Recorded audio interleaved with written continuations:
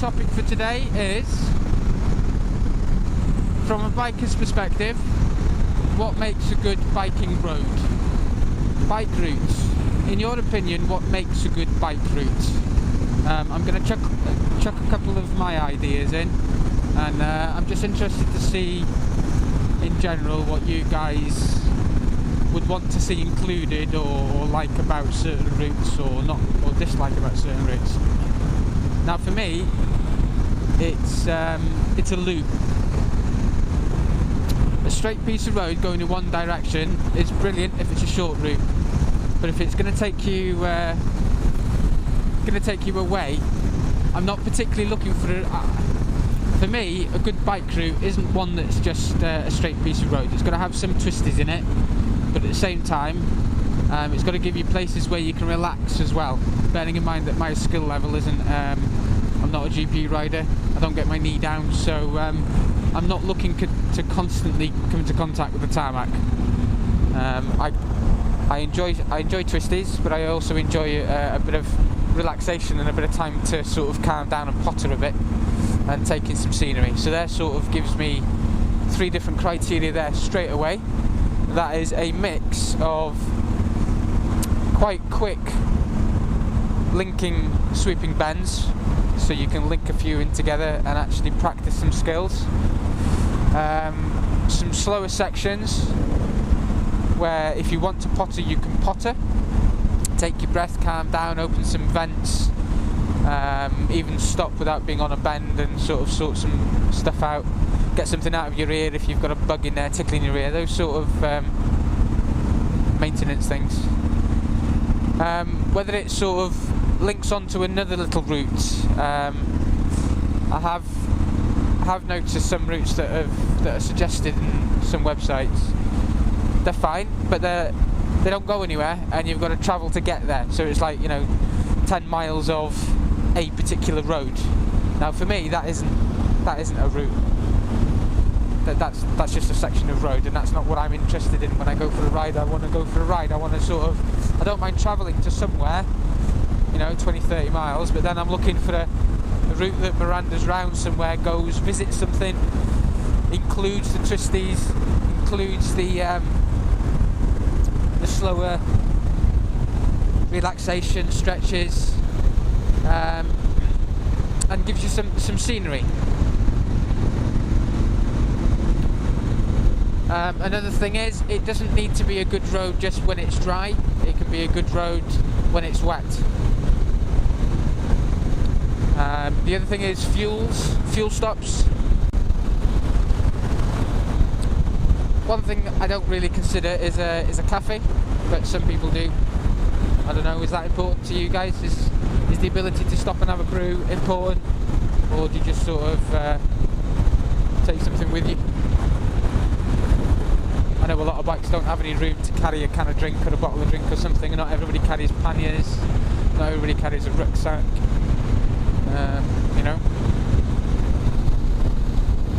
As I said, weather, not interested in weather. I don't really care whether it's lashing down with rain or sunshine like today. Obviously I'd prefer it if it was sunshine like today and not lashing down, but I can't say I'm too fussed. If it's a good route, then it's a good route, isn't it?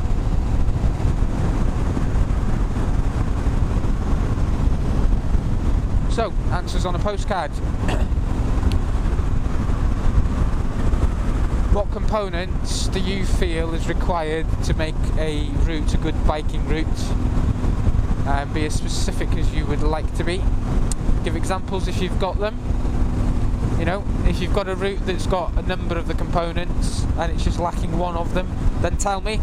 That'll help me have a look for other routes that sort of have them all.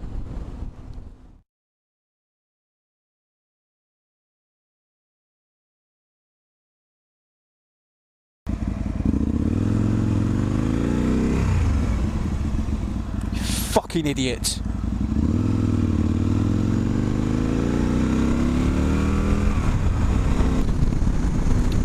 That would be a fantastic bit of technology. Smell. A smell machine. If they ever built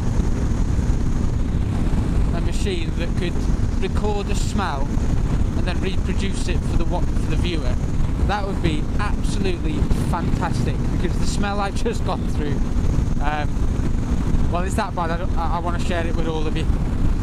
It's that sort of, okay, how can I describe it? If you can imagine a pub toilet about 3 o'clock in the morning after it's full use, and there's urine all over the place, and then you come in at about 3 hours later at 6 o'clock in the morning to clean it, and you're stone sober, you haven't got a cold, and you can smell it. It's that stale sort of lingering smell of weed. What the hell was that? What the hell was that? That is awful.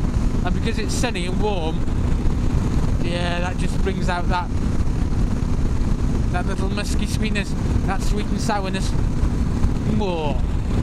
It's gone now, but I can still smell it. Lovely.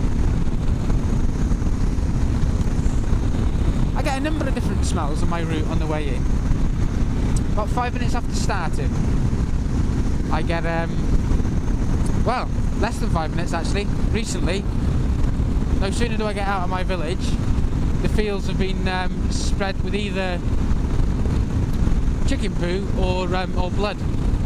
So you know, you get that sort of abattoir smell, because they inject blood into the ground, and that really does shriek on a warm day.